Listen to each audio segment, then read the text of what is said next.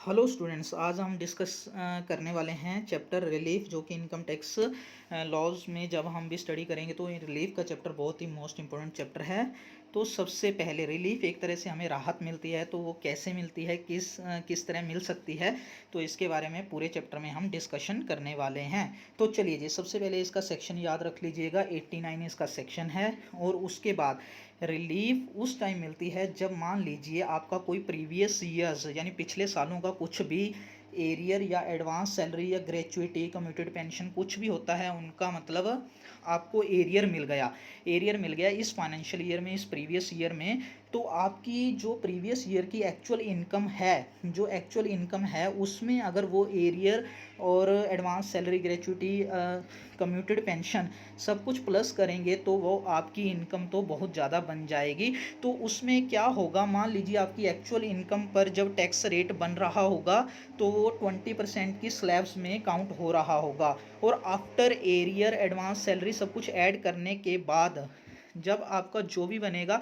तो अगर वो टैक्स जो है टैक्स स्लैब के हायर रेट में आएगा तो आपका टैक्स भी बहुत ज़्यादा बनेगा। यानी सिंपल सी लैंग्वेज में अगर मैं कहूँ कि जो आपकी एक्चुअल इनकम है उसमें अगर पिछले सालों का एरियर एडवांस सैलरी या पेंशन ग्रेचुइटी कुछ भी प्लस होता है तो आपकी टोटल इनकम भी क्या हो जाएगी, बढ़ जाएगी। टोटल इनकम बढ़ने से आपका टोटल टैक्स भी है जो बढ़ जाएगा। तो आप कहोगे कि मेरी तो एक्चुअल इनकम पे तो टैक्स कम बन रहा था। तो इस कंडीशन में जो इनकम टैक्स डिपार्टमेंट जो है इनकम टैक्स एक्ट 1961 के थ्रू कुछ ना कुछ रिलीफ देते हैं। उसके लिए कुछ कंडीशंस रहती हैं, तो वो कौन सी कंडीशंस रहती हैं और कैसे वो फॉर्मूला अप्लाई करते हैं, तो उसके बारे में डिस्कशन करने वाले हैं।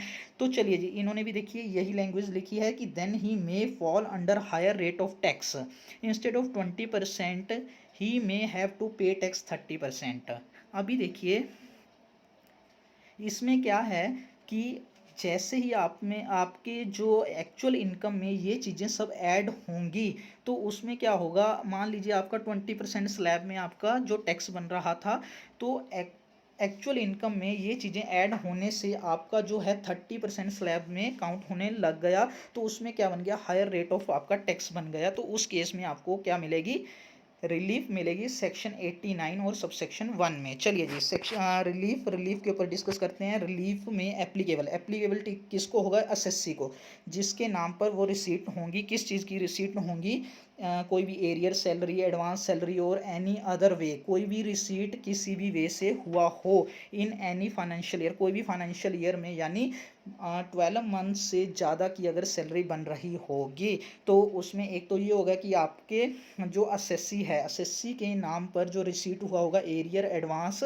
या फिर मतलब कुछ एनी अदर वे से रिसीट हुआ होगा, या फिर ऐसा कह लो कि सैलरी के प्लेस पर जो भी प्रॉफिट्स हुए होंगे जैसे ग्रेचुइटी कम्यूटेड पेंशन, यानी सेक्शन 17 और सबसेक्शन 3 में जो जो भी आएगा। ठीक है जी, जैसे फैमिली पेंशन या बीइंग पेड इन एरियर, कुछ भी फैमिली पेंशन या एरियर कुछ भी मिला आपको, वो चीज़ें। ठीक है जी। और इसमें एक और चीज़ भी है कि अगर during service, continuation of service के दौरान अगर आप लीव एनकेशमेंट एसएससी रिसीव करता है तो वो भी क्लेम हो जाएगी as a relief under section 89 में। तो चलिए जी, कंडीशन टू बी सेटिस्फाइड, तो ये चीज़ इसमें वही लिखी है कि आपका जो रिसीट हुए उसमें हायर टैक्स रेट लगने से आपको मतलब जो टैक्स बन रहा है वो बहुत ज़्यादा बन रहा है।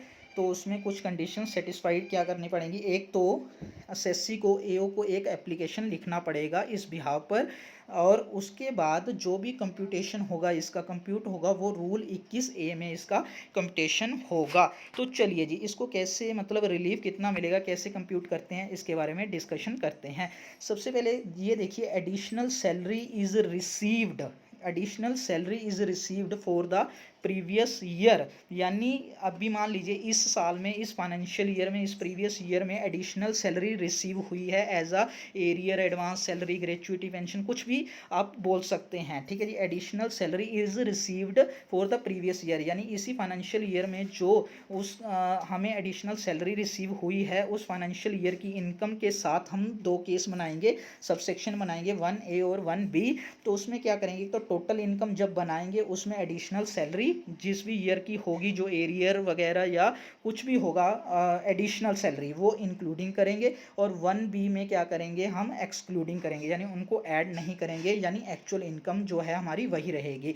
और दूसरे केस में क्या होगा, एडिशनल सैलरी रिलेट, यानी जिस ईयर की है, मान लीजिए 2014-15 की या 2010-11 की है, जिस ईयर की है उस ईयर की टोटल इनकम बनाएंगे और उसमें वही एडिशनल सैलरी ऐड रखेंगे, इंक्लूडिंग रखेंगे, और 2B में क्या करेंगे, 2B में इन टोटल इनकम बनाएंगे लेकिन उसमें एडिशनल सैलरी इंक्लूड नहीं करेंगे। देखिए अच्छा सा आपको समझ आ गया होगा। एक बार दोबारा रिपीट करता हूँ मैं कि पहले केस के हमने ए और बी 2 केस बनाए, जिसमें जो कि करंट ईयर यानी फाइनेंशियल ईयर या प्रीवियस ईयर जिसको बोल रहे हैं, उसमें जो टोटल इनकम हमारी बनेगी उसमें पहला ए केस 1A में हम एडिशनल सैलरी इंक्लूड करेंगे, 1B में हम एडिशनल सैलरी एक्सक्लूड करेंगे यानी इंक्लूड नहीं करेंगे, ठीक है।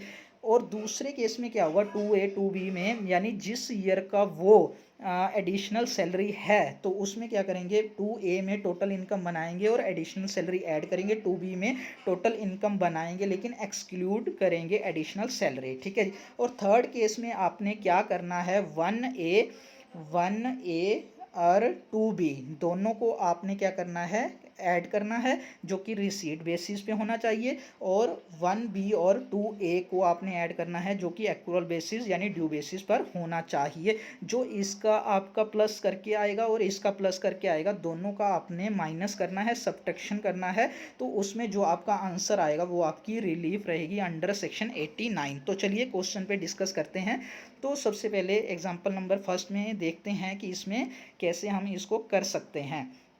तो चलिए सबसे मिस्टर साई एक एम्प्लॉई है, फर्निश द फॉलोइंग पर्टिकुलर, उसने मतलब जो भी एंडिंग ईयर 31/3/2020 है, प्रीवियस ईयर कौन सा हो गया, 2019-20 हो गया। तो सैलरी इनकम एज कंप्यूटेड यानी फॉर द ईयर, इस ईयर की जो सैलरी है 5,07,000 है, और उसके बाद जो 97-98 ईयर की जो एरियर ऑफ बोनस रिसीव हुआ है वो कितना है, 5,000 है। उसके बाद एसएससी इनकम 97-98 की इनकम कितनी है, 56,000, और उसके बाद 25/3/20 को उसने पीपीएफ अकाउंट में डिपॉजिट करवाया कितना, 50,000, और उसके बाद इनकम फ्रॉम अदर सोर्सेज 2019-20 की अदर सोर्सेज की इनकम कितनी है, 50,000, ठीक है जी। उसके बाद आपको ये भी दे रखे हैं असेसमेंट ईयर 98-99 जो भी है, 98 और 99 का आपको ये टैक्स रेट्स दे रखे हैं, उसके अकॉर्डिंग आप टैक्स निकाल सकते हैं। आपने क्या पता करना है, compute relief under section 89 subsection 1 में टैक्स कितना पेएबल होगा।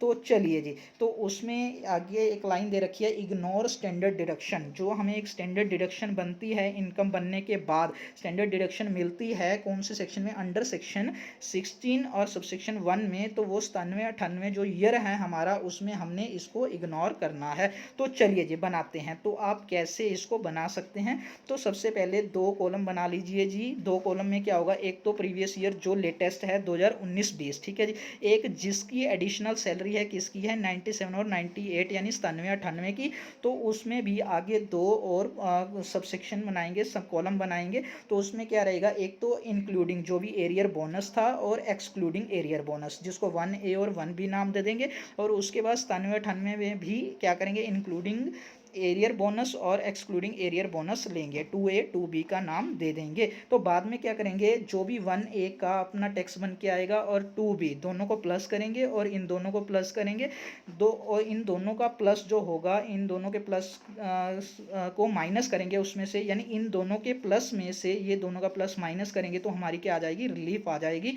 तो चलिए जी डिस्कस करते हैं। सैलरी कितनी है, दोनों में सेम है। एरियर सैलरी अभी इसमें इंक्लूडिंग लेकर चल रहे हैं, तो एरियर सैलरी इसमें ऐड करेंगे, इसमें नहीं करेंगे, और जो भी बनेगा इसको टोटल कर दो तो टैक्सेबल सैलरी हो गया। अदर इनकम दे रखी थी 2019-20 की, और उसके बाद ग्रोस टोटल इतना बन जाएगा। उसके बाद क्या होगा, ग्रोस टोटल के बाद इस ईयर में 2019-20 जो है फाइनेंशियल ईयर, प्रीवियस ईयर में डिडक्शन मिलेगी 80C के अंडर 50,000 की, तो माइनस कर तो क्या होगा इसमें से, तो माइनस होगा, तो ये बन जाएगा, दोनों की इनकम बन गई अलग अलग। तो उसके बाद जो भी इस पर आप टैक्स रेट जो भी उस ईयर के चल रहे होंगे, उस ईयर से रिलेटेड, तो उस ईयर से रिलेटेड टैक्स रेट लेकर आप उनका टैक्स बना दोगे। ये चीज़ आप खुद कर सकते हो, ठीक है जी। तो उनकी जो है total tax including 2019-20 including arrear bonus 2019-20 का और एक्सक्लूडिंग एरियर बोनस बन गया, ठीक है जी। तो उसके बाद आप सेम 97 98 में भी कर सकते हो। सैलरी आपको दे रखी है, इंक्लूडिंग में एरियर सैलरी डाल दो, एक्सक्लूडिंग में मत डालना, दोनों का प्लस कर दो।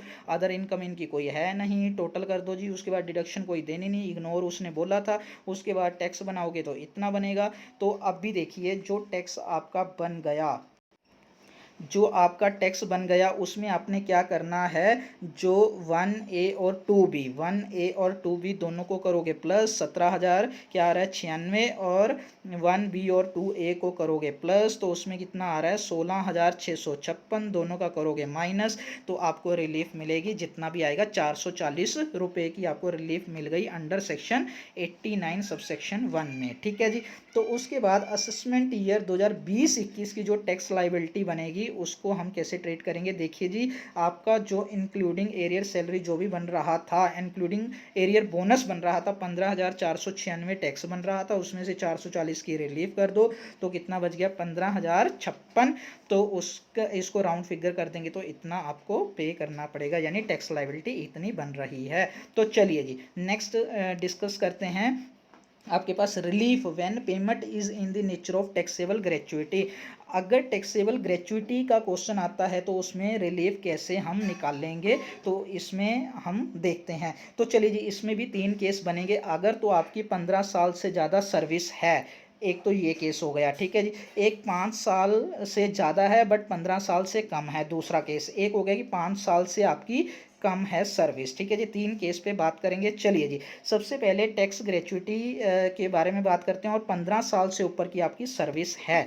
ठीक है जी। तो अभी सबसे पहले पॉइंट में आपने क्या करना है, जो कि आपका रिलेवेंट प्रीवियस ईयर चल रहा है। फॉर एग्जांपल अभी कौन सा चल रहा है, 2020-21 चल रहा है। तो 2020-21 जो भी प्रीवियस ईयर फाइनेंशियल ईयर चल रहा है तो उसका क्या करेंगे, एक तो टोटल इनकम निकालेंगे और टैक्स लाइबिलिटी बना लेंगे और टैक्सेबल ग्रेचुइटी जितनी रहेगी वो कंसीडर करेंगे। ठीक है जी। तो उसके बाद क्या करेंगे, इससे पहले दूसरे केस में क्या होगा, इससे इस प्रीवियस ईयर से पहले वाले इमीडिएटली प्रीसीडिंग 3 ईयर, यानी अभी कौन सा चल रहा है 2020-21 चल रहा है तो इससे पहले वाले कौन से होंगे 2019-20 और 18-19 और 17-18, ऐसे 3 साल जो कि प्रीसीडिंग ईयर से इमीडिएटली प्रीवियस ईयर से इमीडिएटली प्रीसीडिंग 3 ईयर्स हमने लेने हैं। उसमें क्या करना है ये मैं आपको बताता हूं।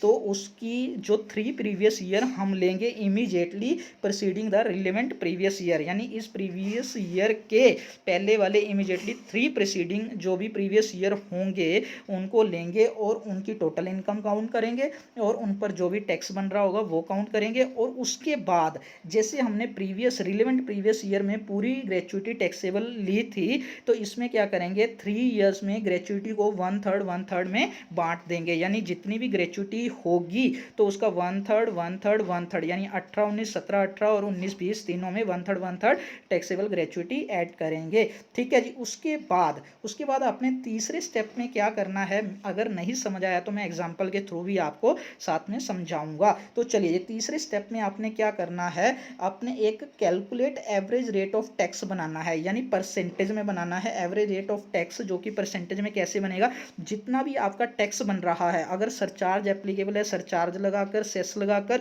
और रिबेट देने के बाद जो भी आपका टैक्स बन रहा है अपॉन टोटल इनकम, यानी जो भी टोटल होगा मल्टीप्लाई 100, जैसे आप नॉर्मली परसेंटेज निकालते हो वैसे ही निकालना है। जितना आपका फाइनली टैक्स बनेगा अपॉन टोटल इनकम मल्टीप्लाई 100, तो ये आपका average rate of tax percentage जो भी बनेगा ये आएगा आपका। ठीक है जी।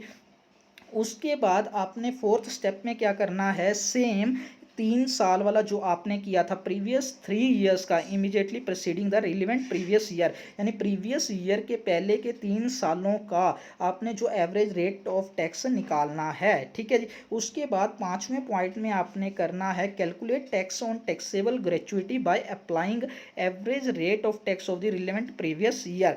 तो अभी क्या करेंगे, इसकी भी सेम रिलेवेंट प्रीवियस ईयर की आपने क्या करनी है टैक्सेबल ग्रेचुइटी जो कि टैक्स कैलकुलेट करना है। तो सेम सेम सिक्स्थ स्टेप में आपने क्या करना है, calculate tax on taxable gratuity by applying average rate of tax. यानी सीधी सी बात है, पहले में आपने क्या करना है, एक तो रिलेवेंट प्रीवियस ईयर की और टोटल टैक्सेबल ग्रेचुटी और टोटल इनकम टैक्सेबिलिटी बना लेंगे, फिर प्रीवियस ईयर के प्रीसीडिंग 3 ईयर्स का आपने काम करना है, फिर उसके बाद रेट ऑफ परसेंट बनाओगे, तो फिर 3 साल वालों का बनाओगे, तो उसके बाद पाँचवें और छठवें पॉइंट में, पाँचवें और छठे पॉइंट में आपने क्या करना है, जो टैक्सेबल ग्रेचुइटी आपकी रिलेवेंट प्रीवियस ईयर की बनेगी, यानी लेटेस्ट ईयर की जो भी बनेगी वो लेनी है, और पिछली जो एवरेज रेट ऑफ टैक्स की टैक्सेबल ग्रेचुइटी बनेगी वो लेनी है। दोनों को माइनस करने के बाद जो भी आपका आंसर आएगा वो आपकी रिलीफ होगी। चलिए जी एग्जाम्पल के थ्रू क्लियर करते हैं।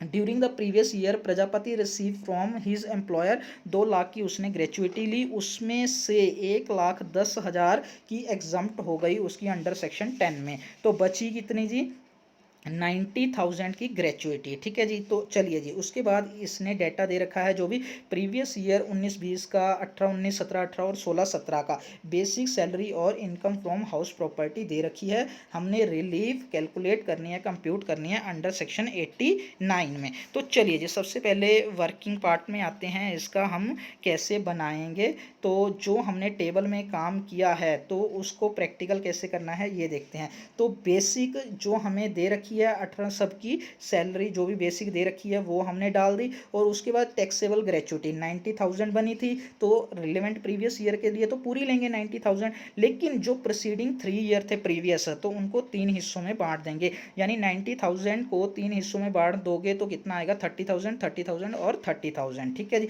तो फाइनली आप प्लस करके ग्रोस सैलरी बना दोगे। उसके बाद ये आपको एक चीज़ और ध्यान रखनी पड़ेगी, अगर ऐसे क्वेश्चंस कर रहे हैं तो आपको हर ईयर की चीज़ों के बारे में पता होना चाहिए कि उसमें स्टैंडर्ड डिडक्शन कितनी मिलती है, या उसमें रेट टैक्स रेट क्या थे, कैसे लगाने हैं, तो वो चीज़ें आपको खुद देखनी पड़ेंगी। तो वो आप फाइंड आउट कर सकते हैं नेट से भी या कहीं से भी, या प्रीवियस ईयर्स के जो भी हैं उनमें से देख सकते हैं। ठीक है जी, तो इसमें अभी स्टैंडर्ड डिडक्शन देखिए तो 19-20 प्रीवियस ईयर में 50,000 की स्टैंडर्ड डिडक्शन है, लेकिन 18-19 में 40,000 की स्टैंडर्ड डिडक्शन मिलती थे, उससे पहले स्टैंडर्ड डिडक्शन नहीं थी। तो अभी इसमें स्टैंडर्ड डिडक्शन देने के बाद फाइनली जो आपकी बनेगी टैक्सेबल सैलरी इतनी हो गई। तो उसके बाद इन्होंने ये भी दे रखा था कि इनकम फ्रॉम हाउस प्रॉपर्टी, तो इतनी इतनी इनकम हो रही है। तो इसमें देखिए क्या होगा, अभी इसमें जो है जो आपका 65,000 ब्रैकेट में दे रखा है, इट मीन्स जो इनकम फ्रॉम हाउस प्रॉपर्टी से क्या हुआ, लॉस हुआ। ठीक है, जो आपकी टैक्सेबल सैलरी जो है ये बन गई, उसमें से आपने क्या करना है, जो इनकम फ्रॉम हाउस प्रॉपर्टी आप प्लस कर दोगे, यानी दोनों का प्लस करोगे इतना, फिर प्लस करोगे इतना इतना, ये 65,000 क्या है, लॉस है, तो माइनस करोगे तो कितना आएगा, 30,000 आएगा। उसके बाद नेक्स्ट बात करते हैं जो कि डिडक्शन कुछ भी नहीं है, कोई भी 80C 80U तक कुछ भी डिडक्शन नहीं है, तो टोटल इनकम इनकी ये बन गई। तो उसके बाद टैक्स, जो भी टैक्स रेट्स रहेंगे उनके अकॉर्डिंग आप टैक्स बना सकते हो। तो उसके बाद रिबेट नहीं मिलेगी, 2000 कौन से ईयर की है, 17-18 में 2500 रिबेट मिलती थी, तो वो 2500 रिबेट माइनस करेंगे, आप टैक्स आफ्टर रिबेट इतना इतना बनेगा। तो उसके बाद टैक्स लाइबिलिटी, उसके बाद सेस लगेगा किसी में, अभी देखिए इस पे 4% है, 4% है, यहाँ पे 3% था 17-18 में कितना था, 3% था। ठीक है जी, तो उसके बाद आप फाइनली जो प्लस करने के बाद आपकी बनेगी टैक्स लाइबिलिटी, टैक्स बनेगा। तो उसके बाद आपने average tax on total income कैसे निकालोगे, जितना आपका टैक्स बन रहा है अपॉन टोटल इनकम मल्टीप्लाई 100, तो ये आ जाएगा 2.67%, और सभी का आप निकाल सकते हो। इसमें तो नील ही चल रहा है, कोई टैक्सेबल इनकम नहीं है।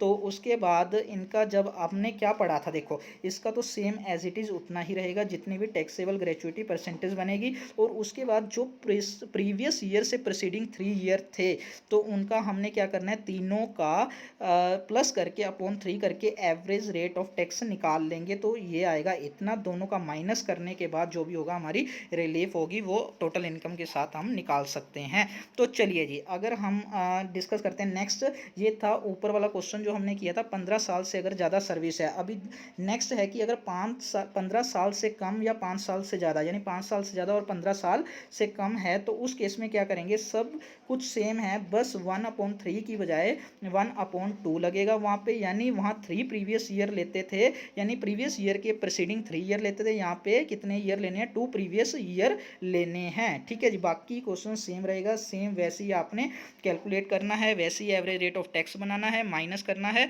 तो उसके बाद आप रिलीफ निकाल सकते हो। अगर मान लीजिए आपकी सर्विस 5 साल से कम है तो वहाँ पे आपको रिलीफ नहीं मिलेगी, रिलीफ आपकी नॉट एप्लीकेबल। ठीक है जी, तो उसके बाद नेक्स्ट डिस्कस करते हैं, अगर रिलीफ, अगर मान लीजिए एम्प्लॉयमेंट, आप कोई एम्प्लॉय हो और टर्मिनेशन, सर्विस टर्मिनेट हो गई, ख़त्म हो गई, और उसके बाद आपको कंपेंसेशन जो भी है मिला, ठीक है जी, कंपेंसेशन मिला, उस पर भी आपको रिलीफ मिलेगी। उसके लिए कुछ कंडीशंस हैं, उसके लिए कंडीशंस क्या है, पहली कंडीशन ये है कि कम से कम 3 साल की कंटिन्यूस सर्विस होनी चाहिए, और उसके बाद दूसरी कंडीशन ये है कि term of employment, term of employment का मतलब benefit for retirement, retirement benefit के लिए होना चाहिए, कम से कम वो भी 3 साल का जो है अनएक्सपायर्ड पोर्शन होना चाहिए, यानी एक्सपायर्ड पोर्शन नहीं होना चाहिए, लगातार कम से कम अनएक्सपायर्ड पोर्शन होना चाहिए टर्म ऑफ एम्प्लॉयज़ का 3 साल के लिए। अगर दोनों कंडीशन फुलफिल करोगे तो आपको क्या होगा, कंपेंसेशन में भी रिलीफ क्लेम कर सकते हो। चलिए जी, नेक्स्ट डिस्कस करते हैं मेथड ऑफ कैलकुलेटिंग रिलीफ।